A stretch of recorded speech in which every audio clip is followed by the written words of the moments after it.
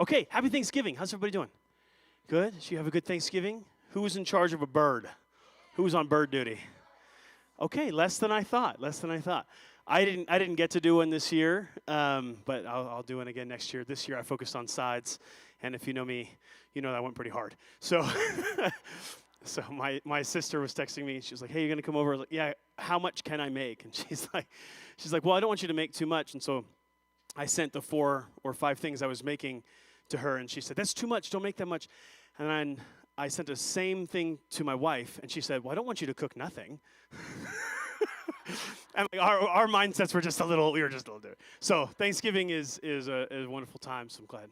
Hope you had a good time. That Advent moment is so sweet. It's hard to think about that. And then I'm going to actually change gears. We're going to preach a little bit different than the specific candle of hope, but every week we're going to light that candle and take a moment to reflect on Jesus coming, and so excited to do that. We are starting a series for Advent that we're not calling Advent this year, so careful. It's been a few years since we've done that. We're calling Come Near, and we're going to look at some Christmas songs that we hear frequently, and we are going to examine them and use them kind of as a way in to talk about the coming of Christ the first time. And so that's the idea. That's kind of where we're going. This week, we're going to talk about O Come, Emmanuel, which is one of my favorite Christmas carols. Really love it. And you're welcome, and I'm sorry, you're going to be experts in it by the time you leave. So we'll talk a little bit more about that. I'm going to begin with the verse from Isaiah chapter 7, verse 14. This is where Emmanuel shows up, the word right here. Therefore, the Lord himself will give you a sign. Behold, the virgin shall conceive and bear a son, and shall call his name Emmanuel. Curds and honey he shall eat, that he may know to refuse the evil and choose the good. Jesus, we thank you that you are God with us, that you stepped into the story of human history, that you're an intimate king. You are a king, and you are close to us. So thank you. Thank you that you know good and chose good and refused evil, and help us to do the same. We love you, worship you. In Jesus' name, everybody said amen. Amen, amen. Well, Thanksgiving is, like I said, one of my favorite holidays. And when I was a young teenager, maybe 2002, 2003, I grew up in Southern California, and we had our whole family over to our house for Thanksgiving, which was a big deal for us because most of my family, my mom's side of the family, lived a few hours north. And so we were kind of the only ones in our little town. Some of them lived even further away and flew. But we did, the classic, when you think of Thanksgiving, obviously you think of an outdoor Thanksgiving, which is, thank you, which is for California is normal, and everywhere else I've learned is not normal. But for us, it was like, we have plenty of space. We just put up a big, we borrowed a tent from the church. We put this big tent up, and we had, 50 family members come over to our tiny little house and just swarm it. It was so fun. Pictures from that night, and it's a great time. And I have a couple of uncles who have a reputation. And their reputation is that they like to hear the sound of their own voice. Some people have claimed that is a hereditary problem and that I have it. So they might be right. But my Uncle Ken, who passed away some years ago now, and my Uncle Danny, they are motor mouths. And when you get them going, they will not stop. I remember one time I found a rock in the backyard, and I said, "Hey, Uncle Danny, look at this." And little did I know that he was a hobby geologist, or at least that's what he claimed in the middle of his 1-hour dissertation on how that rock did not belong in this backyard. So this is my Uncle Danny, and then my Uncle Ken was the same way. And in fact, I'm convinced that you could walk to a different room when he started a conversation and come back, and he would still be talking. And for me, I loved it. I thought that was the funnest thing, and it also annoyed the grown-ups a little bit, the other grown-ups a little bit, when they would get going. So I think for me, it was so fun to poke them and then get them to go. So sometimes I go ask them questions about whatever, because these guys know a little bit about everything. And so they would just talk. And so then they're all at our house. We're here for Thanksgiving. And then in my living room, this is the height of early 2000s Best Buy putting sound systems into every home, right? So my dad had just, because family's coming in, obviously, you got to upgrade the sound system in the living room. So we had a full-on 7-point or 11, whatever, however many point surround sound system, and the speakers were on, the whole thing. So we're there in the living room, and Uncle Ken and another uncle, Scott, and my dad and some other people are listening to music. Now, in my house, this was not like a normal thing. Music wasn't like a thing you stopped and listened to. It was just kind of on, or the TV was on. That was usually our background noise. It was just like TV noise, you know. I don't know if anybody else experienced that growing up or maybe currently, but that was like the background noise in the house. But this time, they were listening to music. They had a CD in there, and they're all trying to talk about, you know how it goes, just like the new toy. So they're all talking about it and how cool it is. But I thought I wanted to go poke my Uncle Ken and make him talk about something. And so I went in there to talk to Ken, and I said whatever I was going to say. And he goes, hold on, we're listening to music right now. And I'm like, okay, I know that music is playing, but this is the game. Like, I tell you something, and then you talk for 20 minutes, and then I tell you something else, and you talk for 30 minutes. Like, this is the game we're playing. And he wouldn't do it. Like, wouldn't do it. It's the only time I couldn't get him to talk. I'm like, what's happening? And he's like, well, no, we're listening to music right now. I said, well, yeah, I know music is playing in the background, but I want to do the thing where you talk. And what I didn't know at the time is that Uncle Ken and Uncle Scott were world-renowned vocalists. So my Uncle Ken was my Uncle Scott was a bass opera singer, and he toured with an opera group around the entire world, and he had a world-renowned voice. He later left that industry, but that was what he did for a while. And my Uncle Ken was something called a countertenor. I don't know what that meant. It's a male soprano. It's a very high singing male voice. And he toured with an elite group called Chanticleer. They've won Grammys. They toured overseas, and their specialty was like medieval choral arrangements. And he was renowned for, he had a 10-string lyre in his house that he could play. I mean, this guy was, there's weird little nooks and crannies of his life, but this is who Uncle Ken was. And so I had no idea at the time, but me trying to interrupt music was a big deal for him. So he pulled me aside, and he said, listen, the music we listened to was not choral, magical music, okay? They were listening to, Time of the Season by the Animals and talking about the 2 organ solos, right? So, it was not, sacred music that I was interrupting. But he pulled me aside, and he said, here's what he said. Listen, I don't think these artists wrote this music so it could be on in the background. Their intention was for you to listen to it. Sometimes music needs to be pulled to the foreground, not left in the background. And if that's true of music in general, how much more true is that of songs we've sung for generations as Christians about Jesus? And how much more is that true of the incarnation itself? So the point of this message and this sermon series is to pull to the front the story of the incarnation and let some of the other stuff fade to the back. And so we're doing this with songs that are about Jesus that sometimes just become background noise while we're shopping at Target, or, you know what I mean? These just happen in the car while we're driving to look at Christmas lights.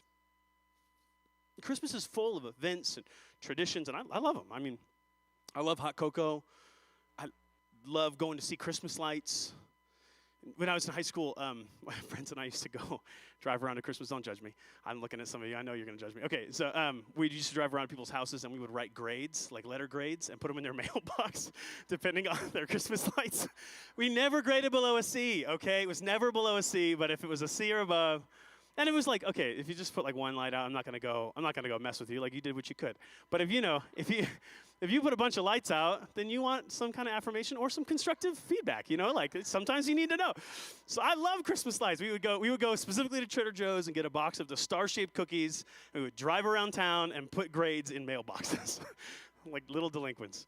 And but I love that stuff. I love here going to the Speedway and driving through the lights, and we get gift exchanges and parties and dinners. But sometimes the event of Christmas can be in the foreground, and the faith story of Christmas can fade to the background. There's been a church calendar that existed for hundreds of years, And then as that kind of faded out for many of us, there was still a cultural calendar of Christmas that existed. And so these things lay over each other. And I'm not saying that one is bad. I'm not trying to say a bad thing about cultural Christmas. Like I said, I like it a lot. But the idea here is to just pull into focus the right narrative. I remember early on in like young adult years or early marriage thinking Christmas is more fun with kids, and maybe Christmas isn't fun anymore. We just have to wait till we have kids for it to be fun again. But that's exactly the mindset I'm talking about. Maybe you've had that, that thought of like, oh, Christmas is more fun if A, B, or C cultural things are happening. But if the only spiritual part of our Christmas is like church service or Christmas Eve, or maybe even just Advent candles, then Advent itself, Advent meaning the longing for the Messiah to be present in our lives, that kind of becomes background noise. Longing for Jesus is turned down, and holiday activity is kind of turned up. But what we see in Scripture is that God has designed our year to have regular times of celebration to remember the things he's done. Now, the Jewish calendar, of course, is very different than the Christian calendar, but you can see in Leviticus and Deuteronomy where there's just, and then you will have the Feast of Booths, and then you will have the Feast of Tabernacles, and then you will have, there's just this instruction to do things a little differently, to remember the things that God has done in your life and as a people, you individually and corporately. This is not just a time for the people of Israel to blow off steam, and it's not just a time for us to check out and hang out. This season is a holy season for Christians. And we can treat it like that, and we should. We should treat it like a holy season for Christians. It's not just meant to be 1 or 2 days or nights throughout the year. The weeks leading up to Christmas are full of opportunities to long for the presence of Jesus if we would simply engage. If we would simply listen when the song is on in the background. Christmas season is an anticipation that leads up to an epiphany that God is with us, Emmanuel. That's what Advent means. Like Advent, and the church calendar did this over much time, where it became stale and old and kind of like, people are just forcing me to go to church. I mean, my mom is one of 6 kids. She grew up Catholic, and for her, it would feel like that. I feel like this is stale, old, dead religion. And I would say any religion is dead if you let it die. Absolutely, for sure. And if you make somebody do it over and over again, and they don't understand what's going on, it's not a part of their heart's rhythm in life, then of course. And I get that, and I fully get that. So I'm not saying that we should go back to the entire church calendar and everything should be rigid and call and response. And we've actually got a lot of that today, which is kind of funny. That's not usually our vibe. But I am saying that there is an anticipation that comes when we intentionally lead up to what Catholics call the Epiphany, which is when the Magi were bowing before Jesus. But this idea that there's an epiphany, that God has stepped in and become with us. So it's a powerful song that we're looking at today, O come, Emmanuel. So you ready for the book report part of my sermon? All the facts and figures. So it's originally a 7-verse Latin poem. It was written in the 9th century, so the 800s. That's a long time ago. That's a minute. Trying to think about what life was like back then would be pretty tough, but if you're in medieval England's early medieval times, it would be a feudal system. You would work somebody else's land, probably. Each of these places would have a parish where there would be a priest. You would go to bed when it was dark. You would wake up when it was light. You'd have chores around the farm just to kind of make life happen. This song specifically was written to be a part of the last week of Advent, in which you would show up to your local parish, and it would be a call and response. It wasn't a song at that point in time. The priest would say a verse, what we now sing as a verse. O come, Emmanuel, ransom captive Israel. And then the congregation would respond, rejoice, rejoice, Emmanuel shall come to you, Israel. But every night of the week leading up for 7 days, they would add another verse and meditate on a new facet of who Jesus is. And so each of the verses talks about a different prophecy that Jesus fulfills, role that he fulfills. And so the idea is that it's a week-long meditation anticipating God to fill our needs in the midst of being with us. Connecting the people of God to the historical people of Israel, saying we've been grafted in. We are the ones who are still anticipating this. And of course, we anticipate his return as well as his first appearance. Later in history, it would gain music in the about 1200s, 13th century, and then in the 1800s, it finally would get the English treatment. We'd be able to sing it in our hymn books. So it took a while to get to our language. But every night, they would come together, and they would recite together back in the Middle Ages about Emmanuel, God who is wisdom, the Lord of might, the branch of Jesse. Now, I'm no priest, and you're no 9th century peasants. Most of you. Not Joseph, at least. But I think it might be fun to try it. You guys game? You okay? Good. Listen, I came of preaching age in the era of visual aids. So I'm like 2 degrees off from like a chainsaw without a chain up here talking about I worked for one guy who rode his bike in a full kit around and then landed on the stage and preached his sermon in so just be thankful I'm just asking to recite some things, right? I'm not. Okay, so here's how it'll go. I will read the verse. I will pause, and then you will all say together, "Rejoice, rejoice, Emmanuel shall come to you, O Israel." We'll do it 7 times. Sounds like a good number. It's in the Bible somewhere. Okay, good? Okay. O come, Emmanuel, and ransom captive Israel, that mourns in lonely exile here until the Son of God appear.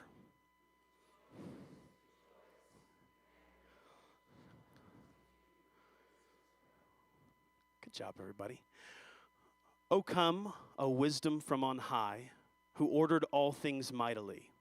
To us the path of knowledge show, and teach us in its way to go.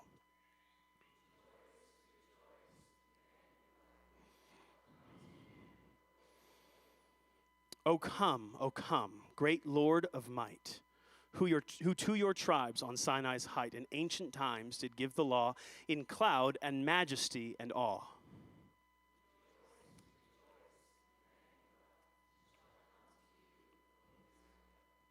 O come, O branch of Jesse's stem, unto your own and rescue them.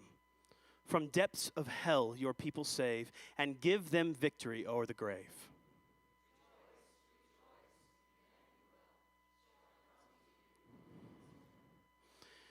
O come, O key of David, come, and open wide your heavenly home. Make safe for us the heavenward road, and bar the way to death's abode.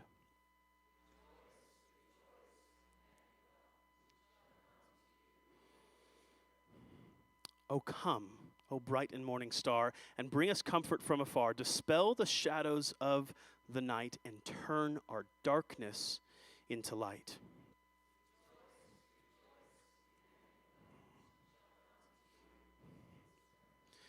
O come, O King of nations, bind in one the hearts of all mankind.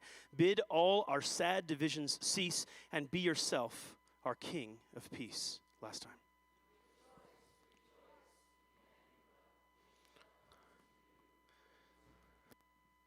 Okay, an interesting thing. For me, I didn't grow up in a tradition like that. For some of you, you may go, oh no, I'm back in the pew, my Catholic church at 5 years old. Please get me out of here. And to you, I say, it's okay. This is not something we do every week. We're going to be okay. But for me, I didn't grow up in that, so that's a powerful moment for me, for us to corporately meditate. There's some healing in there. There's some healing. Hey, if you grew up in a church where you didn't like to do that, maybe there was some healing there. So maybe that's prophetic. We'll just take a second and pray for anybody who's hurt. No, I'm just joking. But I think it's beautiful to meditate together. But specifically, if you think about what it was like for the hundreds of years to repeat this song in a context like that, you would walk back to a place where maybe you had an instrument in your house, maybe you knew some stories that you could tell, but entertainment as you knew it was basically nothing. I mean, for much of the Middle Ages, entertainment was like watching capital punishment. Like it's really scary and terrifying time and place to live. But in terms of entertainment, it's like you could know some songs, you could maybe tell some stories, you could remember some stories from your parish. If it was a Bible story, maybe you would know it a little better. But the intent was you would walk home with this ringing in your mind, and you would start to think about this. And maybe when you fell asleep, it'd be pretty easy to remember that thing. And when you woke up, you'd think about that thing. And then in the evening service, when you would come, you would do another verse and talk a little bit more about it. This hymn was a tool for meditation and longing. It's not just decoration. It's not what it's for. I do want to talk about some of this song because it's really, really well crafted, really beautiful, and really interesting. So the first verse is Emmanuel, God with us. This is the verse we read at the beginning. Therefore, the Lord himself will give you a sign. Behold, the virgin shall conceive, bear a son, and shall call his name Emmanuel. God is not above us, far off, distant beyond us, but he's close. He's with us. And then this is repeated in the refrain. As we continue to meditate on who God is throughout this song, we are reminded that every thought we have comes back to the idea that he's with us, walking alongside us. The incarnation is intimacy made visible. The incarnation is intimacy with God made visible in a human. Second verse is wisdom from on high. This is 1 Corinthians 1:30. You're in Christ Jesus, who became for us wisdom from God. Became for us wisdom from God. This is the idea that as we walk the path of life, we need wise counsel, and God is with us in the midst of it. As we walk, he will teach us in its ways to go, the verse says. This is anticipation of Jesus who guides us in the midst of confusion. And you may feel that even this year. I don't know what's next. I don't know what to do. There's a longing there.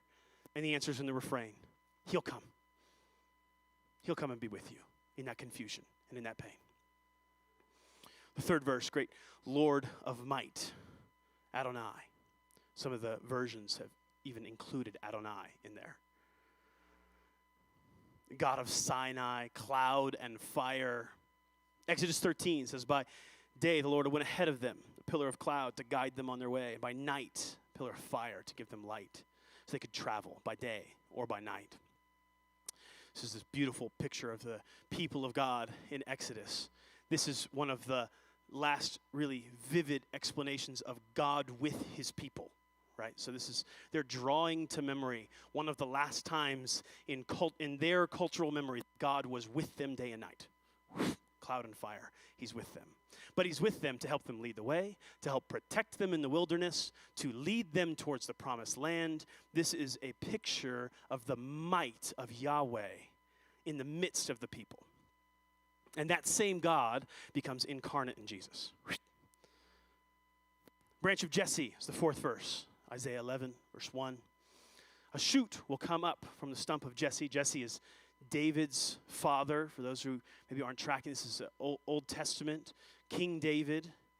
Jesus comes from the line of King David. This is one of the big prophecies in the Old Testament about Jesus being king, not only of Israel, but of the earth. And we'll get into that in some of the other verses. But anyway, so Jesse is David's dad. This is like a nice little wink that Isaiah's saying here, that God's saying through Isaiah. Sorry, a shoot will come up from the stump of Jesse. From his roots, a branch will bear fruit. So this is about a Davidic king who brings justice and wisdom. So in this song, it's recognizing that there's been carved out in the history of the people of Israel the shape of a king that only Jesus can fill. And there's a longing for him to come and take the authority and make right what has been made wrong. And so we feel that. And then we look and say, he'll be close to us in the midst of that. And so maybe this Advent, you're feeling that there are some things that have been made wrong that need to be made right. Need a king to come step in. And the anticipation is, rejoice, rejoice. He'll come to you. Number 5 is Key of David. It's from a passage later in Isaiah. It says in verse 22, or chapter 22, verse 22, I will place on his shoulder the key to the house of David. What he opens, no one can shut. What he shuts, no one can open. I'll drive him like a peg into a firm place, and he will become a seat of honor for the house of his father. All the glory of his family will hang on him, its offspring and offshoots, all the lesser vessels, from the bowls to all the jars. Place on his shoulder the key of the house of David. What he opens, no one can shut. This is, of course, Jesus calls back to this when he's talking to Peter. He says, whatever you bind on earth will be bound in heaven. Whatever you loose on earth will be loosed in heaven. This is an interesting, Jesus actually delegates this authority, which is an interesting thing. That's crazy. That comes from Isaiah 22. But that's not the point of this message. That's just a cool, interesting side note in the midst of that. But the idea is that the power to open and shut and is given to someone who's designed to hold glory. Is a recognition that we are not designed to hold glory, but the one who is will come into and be a part of our life.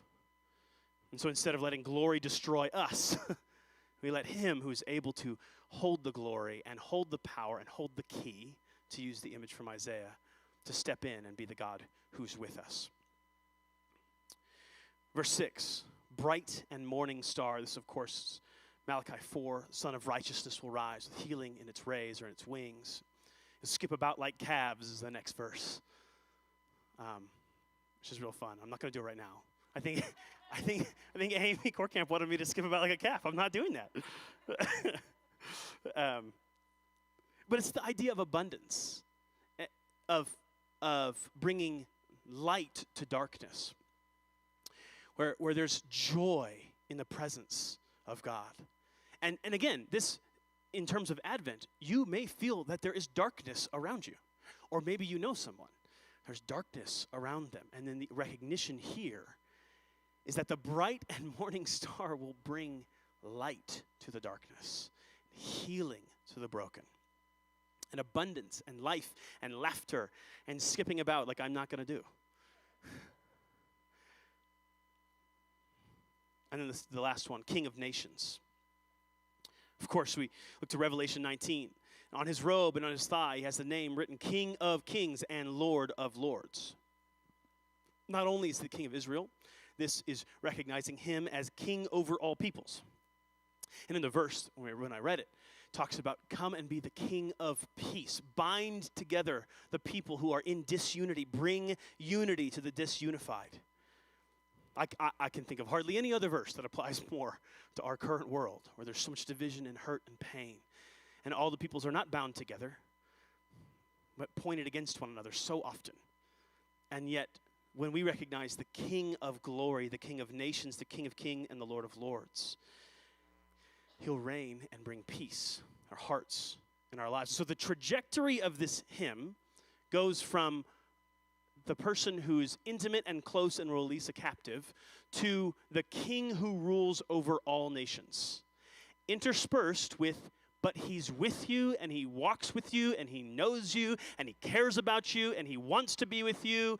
And then it goes, and he's the king over everything and he's the Davidic king and he's the one who has all the might. He's like the cloud and the fire, and also he's with you and he loves you and he knows you and he sees you. This is the song that builds in us the anticipation of a great king who will walk alongside us, in whom all the fullness, the glory of the Godhead was fit to dwell, to borrow Paul's language. And yet he is with us. Always returning to that refrain. So no matter how grand our thoughts about Jesus become, and they should be grand. So that's not to say that we shouldn't have really great thoughts about who Jesus is. We should think the highest of him. We should think that he's smarter than we can imagine, that his grace is better than we can know, that his kindness goes before us, that he is actually the one who steps in and works justice, that he is the king over all nations, the only one who can bring peace. He is the solution to the world's problems, the thing that we're craving and needing. This is the truth about Jesus, but no matter how big our thoughts get, they should always lean in and land to he's with us and next to us, wants to hold us and be with us, and talk to us and walk along the way like a friend. It reminds me of the picture of the road to Emmaus at the end of the book of Luke, in which Jesus explains to the people walking with him who he is, and then sits down to eat dinner with them. And it's this amazing picture of all of the goodness of God, the wisdom of the universe, the best Bible study in the world that has ever existed. Jesus teaching the scriptures about himself. And then also dinner with friends. And that's the picture of O come, Emmanuel. He's with us. And we should know that, and we should also long for that. Scripture invites us to meditation, not just acknowledgement of these things. Meaning, we should not just outsource our longing for the coming of a king to our church or to a song that plays in the background. But instead, like the Torah talks about, we should think about, write them down. We should bind them to our foreheads, to the posts of our wall, to our hands. We should be thinking about the things that God has done, the scriptures. We should meditate on his day, his word, day and night. And these hymns, specifically this one, works the same way. It's meant to shape what we long for. It's supposed to help us be formed into people who are longing for God to be in the midst of our everyday, of the problems and the pain, because he's got the solution. It's meant to form you into a person who longs for Jesus to be with you. I have to confess, I've worked at churches for a long time, and maybe for 10 or more years of working at churches, I sat up and realized I didn't have any faith expression of Christmas outside of church. Like, I love the work that we do, and I love the things that we do, and the resources we provide, but I realized that at the end of the day, all of our practices at home were cultural, decorate the tree, which is great, and whatever, but we were not intentionally as a family, I was not intentionally as a person meditating on, thinking on, and I worked at a church. I'm a pastor. Gosh, that's bad to say. I was youth pastor at the time. This occurred to me, and I just thought, oh my gosh, I've outsourced the celebration of Christian holidays to my church. And to be honest with you, that cannot be your only spiritual rhythm of Christian holidays. It just can't be. If you're going to take serious this call to walk with Emmanuel, God who's with us. And so, our pattern is we find lights every prayer that we've lived. We do cookie exchanges. You know this stuff. You do parties and family dinners and Santa and Elf on the Shelf, all the stuff that happens. And it's all fine. But it just can crowd in on this powerful meditation of the idea that God broke into human history in the form of a poor baby. That's crazy. And we observe it for a reason. And in fact, if we really take time, we can build in anticipation every year to where God needs to break in and be near in our lives. I think in the tradition I grew up in and this tradition that we're in here, we're a little wary sometimes of liturgy. And like I said earlier, I can understand that. It's a little scary sometimes. And for some people, it just represents dead religion, which I understand that. I get that. But funny enough, we're pretty comfortable saying, what are your Christmas traditions? What do you guys do? You guys go to a tree? You cut down a tree? Oh, by the way, total side note. I went to cut down a tree in the forest. We're bad at it, so we need help. And also I found out that this must be where Charlie Brown lives because every tree I saw. Anyway, we need help. Lord help us. Next year you guys can help us and we'll find a good tree. But my wife's 8 months pregnant, and so she was not down for a hike, and she's like, that one can go downstairs with the kids. Let's go. You got it. So anyway. But it's a beautiful tradition, right? It's a good one. Walk around, cut a Christmas tree. You ask, what's your Christmas tradition? Oh, we make gingerbread cookies, or we make this, or we open gifts at my in-laws' house on Christmas Eve. That's one that people talk about a lot. Or all my friends get together the week before, and we celebrate, we get gifts. So we're familiar with traditions. In our world, we're a little wary of liturgy and what that means. But I would just say this. Tradition gains power over time with intention and repetition, and the same thing is true about something that you could create in your own life as a practice during Advent, or a rhythm, or pick a word that is less painful than liturgy for you if that's painful for you. That's okay if it is. But they gain power over time with repetition. And it's the setting up of the Christmas tree, and the more you do it, the more memories you have doing it. And all of a sudden you hang an ornament, and it's the same ornament from when you were a first grader. And you go, oh, I remember this moment as a first grader. And then now I have a first grader or a second grader, who's hanging ornaments and going, he's going to remember this. And he's hanging some of the same ones that my wife, and there's this beauty in this tradition that happens over and over again. But do you have a way to engage with longing for Jesus that's not outsourced to somebody else? What would it look like in your own life to build your own O come, Emmanuel rhythm? There's plenty of practical ideas. I think it's probably easiest not to invent something from scratch that you've never done before. I would say instead, what are the traditions you already have, and how can you add an element of longing into the midst of them?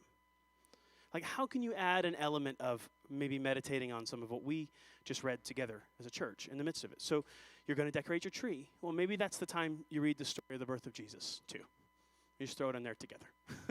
Or you're going to make Christmas cookies on a particular time. Well, maybe you listen to a couple of Christmas carols that are specific and talk about Jesus, and you sit and listen to them together. Or you learn to sing them, or whatever it might be. There's a million ideas, and I don't have to. I've got more here, but that's just because I'm me, so I don't need to read them all. You have really good, really wonderful, functioning brains. You can ask Jesus what it might be for your life, things that you can add as spiritual depth. And even if they hang on to some other traditions that already exist, that's okay. That's not a bad thing. I'm just saying maybe we can dial down, like I said before, the noise of everything else and dial up the longing for Jesus to be a part of our everyday life. Emmanuel, God with us in the midst of what we're doing. I was thinking if I was still in my roommate days, back before I was married, before I had kids, something that we would maybe do is have a text thread together, or sometimes we would want to focus on something or challenge each other in a certain way, and so we'd send a text every day about something. That was an idea that I thought I would share as well, where it's you get a group of friends, and you go, hey, a little awkward, it is a little weird, but hey, I would like to, talk about Jesus a little bit more this Christmas, which can come off as weird or whatever. But if you do that, and then you just hey, can we just send a text every day, one thing that we're grateful for, one place that we need to see God this week, every Monday we'll do that, that kind of a thing. Can be helpful. The series we're calling Come Near. Every song that we're choosing is about either us drawing near to God or asking Him to draw near to us. And we pray, oh come, Emmanuel. We'll choose to come near to Him. I just pray that these songs won't be the soundtrack of December, but they'll be the theology of our Advent. Instead of the songs just being the soundtrack because when it becomes a soundtrack, it's like so easy to get annoyed with Christmas. The event, not Christmas Advent. But Christmas, the event, can sometimes year over year be like, oh, here we go again. All the stores already have Christmas stuff, and here comes the songs. And I worked at Starbucks for 10 years. I was a manager for about 3. And as soon as the Christmas playlist came out, there were 2 types of baristas. And they were always on the same shift. And they would run to the iPad, and one of them would be like, I'm putting on Christmas music. And Mariah Carey would blast through the speakers. And then the other barista would be like, I was just on a 10-minute break. What happened? And they'd come in, and they'd put on some sad music. And they'd fight over it all shift until I'd just be like, hey, radio's broken, sorry. But this can happen. But instead, I would invite us to let Christmas songs about Jesus become the theology of our Advent. Let them be the thing that we use to think and to ponder and to meditate on as we move toward the epiphany that God stepped into human history. Our hope is that we bring our incarnation to the foreground together as we study these songs. Like I said, my Uncle Ken was a beautiful vocalist. He was a countertenor, highest voice. There was a few of them in that group. There's a recording that I'm going to play in just a minute from an album that he was on. He recorded. When you hear the song in just a few minutes, you'll hear the highest voice is his voice. It's a group of 12 men, and the highest voice, and you'll be surprised to think that that's a male voice, to be honest, but that's him. They recorded O Come, Emmanuel at a Catholic church in San Francisco in 1990. So this is a recording from that, and we'll get to in just a second. He passed away over a decade ago. We miss him dearly, but he was an extremely talented vocalist. And he would tell you all about it if he was here. Trust me. But as we do that, it's going to feel a little awkward. Zach will come up and you'll sit here. But it's going to feel awkward. There's not a visual aid. I've got the lyrics. I guess that's technically a visual aid. But like no one's singing it in person, and we're just listening to music. But I'll tell you the same thing Uncle Ken told me. Sometimes music needs to be in the foreground. So I'm going to turn it up. It's going to be a choral arrangement that is in English, but probably would have sounded something like this in the 1800s if we had heard it. There's no instrumentation. It's just voices. As we listen to that, I'll invite you to two things. One would be just meditate the words on the screen. We already said them. Like I said, you're going to be an expert in the song. Probably you'll be humming it as you fall asleep tonight, and I'm so sorry, and you're welcome. So as we listen to it, you can just meditate, and they only sing 3 of the 7 verses, so we won't be here for 20 minutes listening to it. But the other thing is just, you could take out your phone or a notebook, whatever's comfortable for you, and just maybe if the Lord might be speaking, something you could add to your Christmas Advent season that helps draw out longing. Now, for some of you, it could be a practice, right? Some of you might not get any further than, I am longing for God to show up, and that's fine. Just write a couple of words about that. Zach, you can come up, but if we could cue the song up, I'm going to play it. Like I said, it will be kind of awkward. Here's what's going to happen. I'm going to step down. Zach will start playing afterwards. He'll invite us to sing. Before that happens, we're all going to sit still and listen to music like you're in my living room in 2003. Speakers are better, though. Okay, go ahead.